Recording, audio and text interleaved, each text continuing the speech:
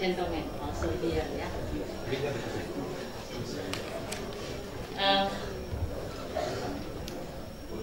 My topic is, like the moderator said, is very technical, and it's already mentioned that I'm one of Ibu Ani assistant.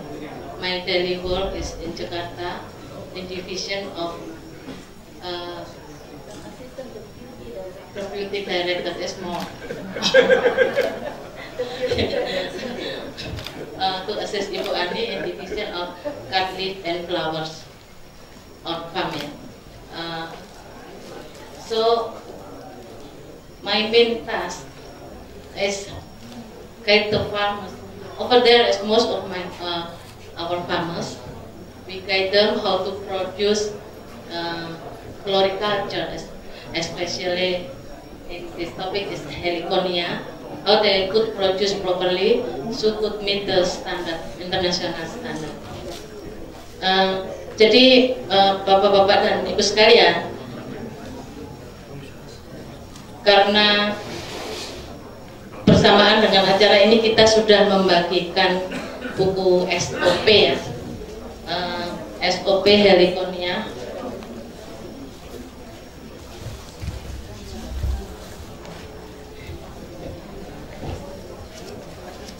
Jadi kita sudah menyediakan ini ya untuk para petugas dan petani di sana yang dijadikan petunjuk untuk melaksanakan bagaimana menghasilkan heliconia yang bagus step demi step. Ini buku ini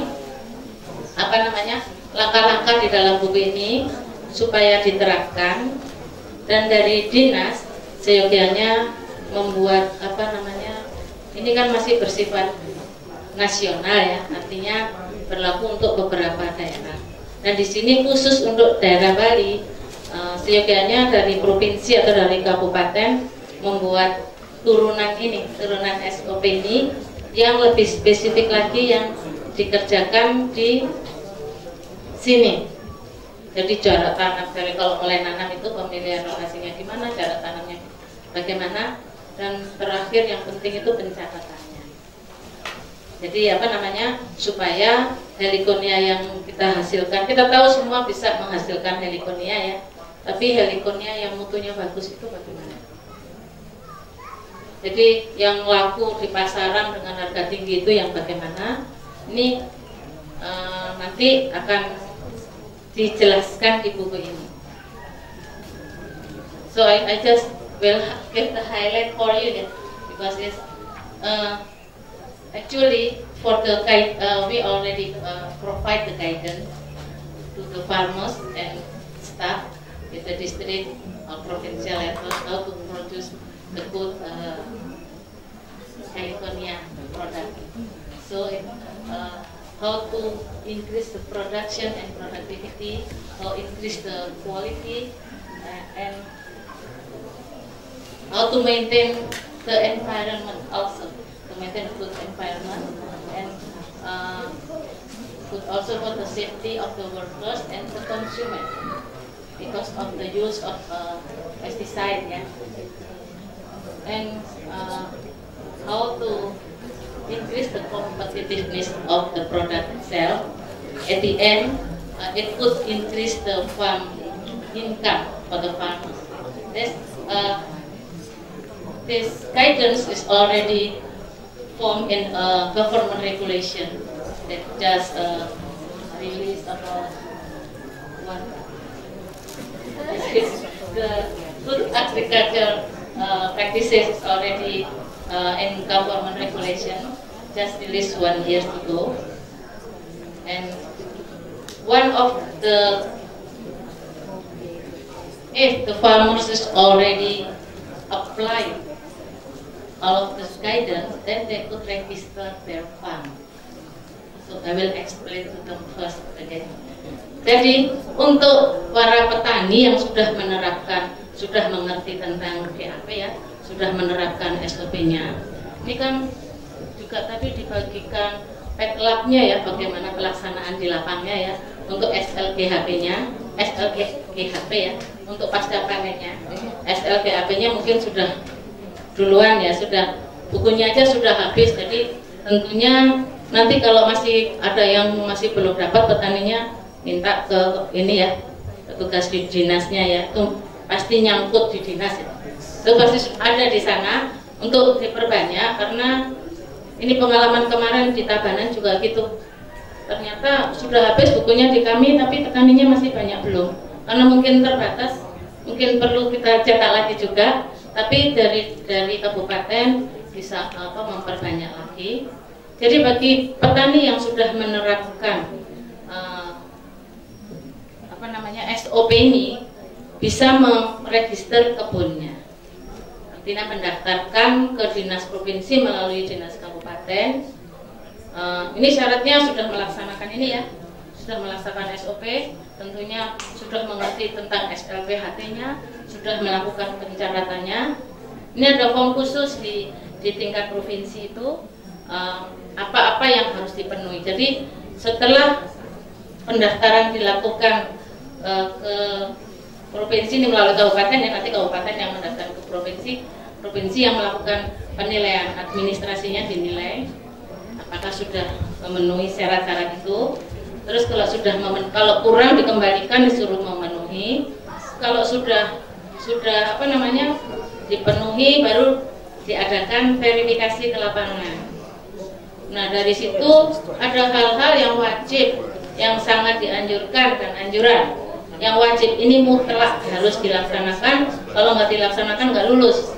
Nah, kalau yang sangat dianjurkan ini 60% harus sudah dilaksanakan di lapangan. Misalnya ada 100 anjuran itu 60 harus minimal ini ya, harus dilaksanakan. Kurang dari itu, kalau wajibnya sudah 100% ya masih lulus, tapi ada catatan.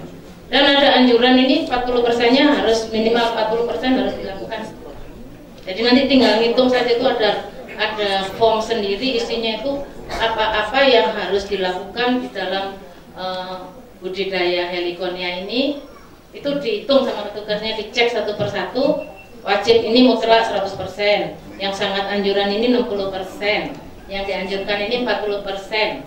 Nah, kalau misalnya wajib sudah 100%, tapi ternyata yang sangat dianjurkan ini kurang dari 60%, masih 50%. Jadi utang berapa?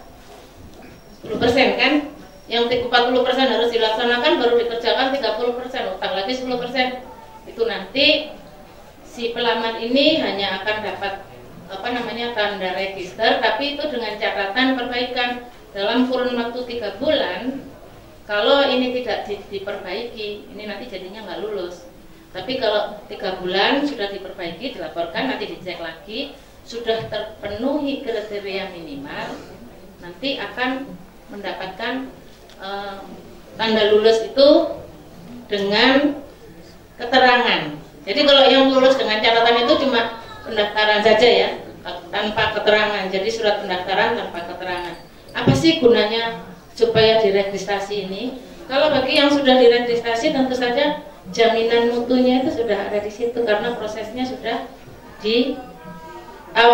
Jadi ini berlakunya kan 2 tahun. Nanti kalau selama 2 tahun itu, kurang lebih setahun ini petugas dari provinsi jadi akan menilai yang lulus tadi masih tetap dilakukan enggak. Kadang-kadang saya lihat kalau di awal-awal nanam tuh bagus-bagus ya, lama-lama kok jadi hutan. Gulmanya lebih besar daripada tanamannya, ya enggak? Masuk kita mau manen aja susah. Karena apa? Ada hal-hal yang tadinya dilakukan jadi ogah-ogahan, padahal sudah mulai panen itu.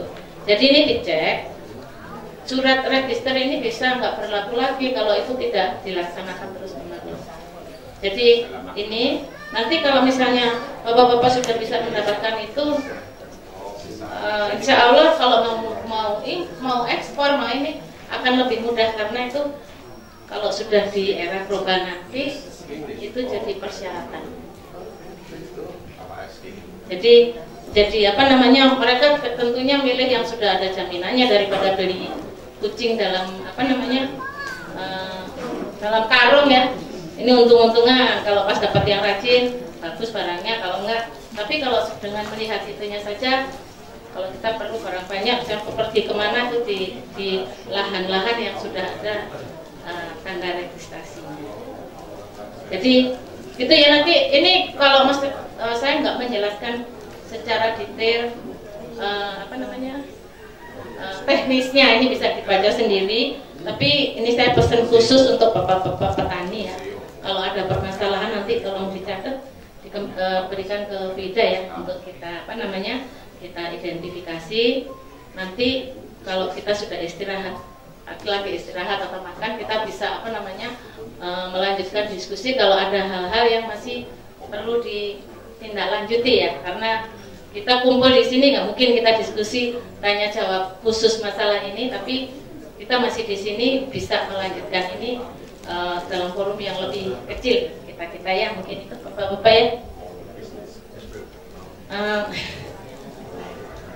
So for those who already applied, the food agriculture farmers can register their farm. They can propose or register through the dinas, the district level, to the district level to province. The province dinas province level will evaluate whether the farmers is already really applied properly or still need improvement. They have several requisites or requirements to the criteria who already passed or who not. That who already passed, they will get the register number and with explanation letters like that. But for those who didn't pass, they already get the register number. They have to fix what they have not done yet within 3 months. If after 3 months they didn't do anything, just cancel it. They have to start again from the very beginning, the step of the registration. So this registration letters is the guarantee that the product that farm produce is a good product.